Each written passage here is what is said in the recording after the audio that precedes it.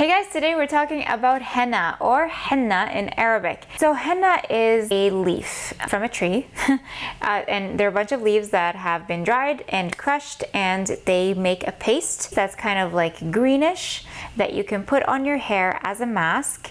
And I love the smell of henna. I love it so much. Some people hate it. It's kind of like gasoline, either love it or hate it. It's meant to make your hair red and conditioned and healthy and all of the magical things that you want your hair to be without the added chemicals. Okay, first of all, I used to do henna. I did it for many, many years. So when I was a kid, my mom would never let me do my hair or dye my hair. So she was like, you're allowed to do henna because it's natural. So I went and did henna on my hair and I had like orange streaks because I have relatively light-ish hair with blonde streaks. So a lot of them turned orange because the henna is reddish in tone. And then I continued to use henna up until I was in my 20s and I really enjoyed it because I have really fine hair and henna tends to coat the hair and make it thicker and stronger. Henna is usually said to be very conditioning and really great for your hair, and it's advertised as like a magical conditioner, natural conditioner for your hair. Nothing could be further from the truth. Don't believe that. Henna does not condition the hair. Henna is actually really drying. And I find a lot of people would add oils or olive oil or in order to make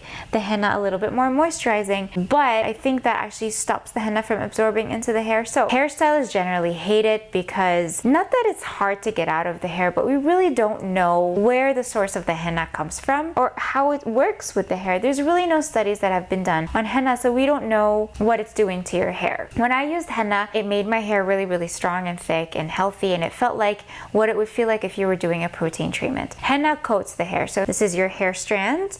The henna is going to go on top of it and it's going to coat it so that whatever you put on top of it will not get into the hair. You're going to have a barrier, which makes it really great if you're heat styling or if you're swimming or if you're doing all kinds of stuff to your hair that you want to kind of shelter your hair from the elements.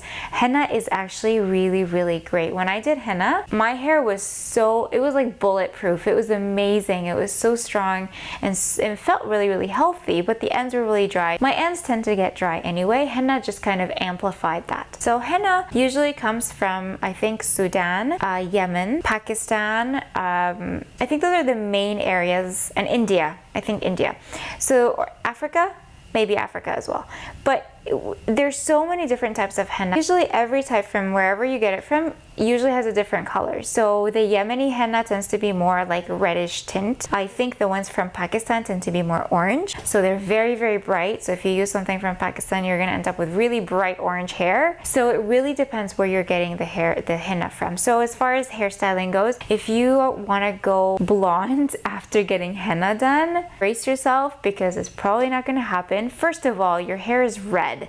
So if you're gonna try and go blonde from red, your hair has to go orange. Whether it's henna or not, going from red to blonde, you have to go into like almost like a pumpkin orange red phase in order to move on to going to blonde.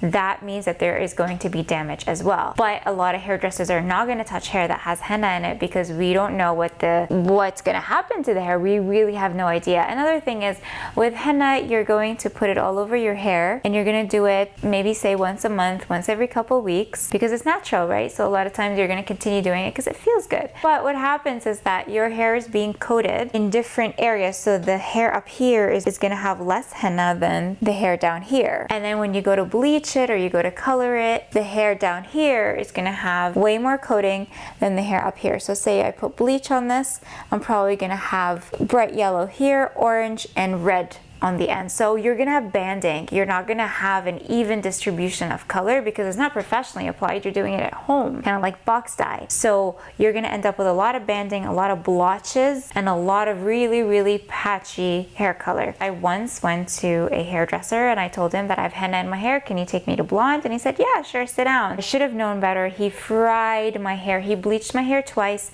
and then went in with foils.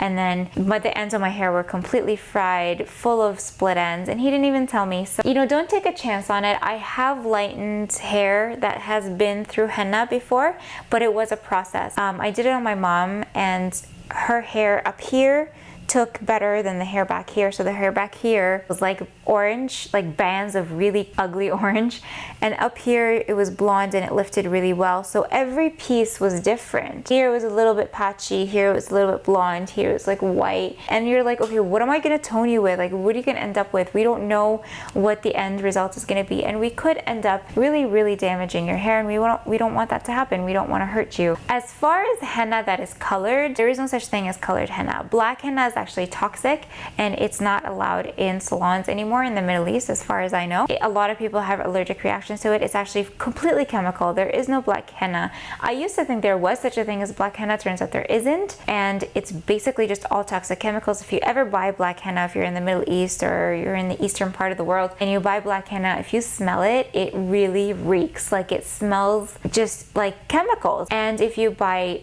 red henna, it smells like leaves. You know what I mean? It smells like, okay, this stuff is natural. Sometimes you might get henna that's been mixed in with other things like mud or sand. I don't know. Like, we don't know where these henna packages are coming from or if they're legit. A lot of women are like, I'll never use chemical products. I'm never gonna dye my hair. So they want to stick with henna all their life. Sure, go for it. I had a client who actually used red henna, and her hair was really beautiful red, but it was a consistent red. And when I saw that, I was like, I don't think this is actual henna. It could be henna mixed in with something else, mixed in with a little bit of natural dye, because no henna is going to be consistent in the color deposit, because every time you buy, like, it's leaves, it's natural, so every time you do your hair, you're gonna get a different red. So it's not consistent. It is risky if you want to stick with it for the long term, because once it goes on the hair, it's really hard to get out, and it could end up really damaging your hair. It could really dry out your hair. I don't know if I'm for or against. I loved it for many years until I wanted to go lighter and I wanted to start experimenting with my hair color,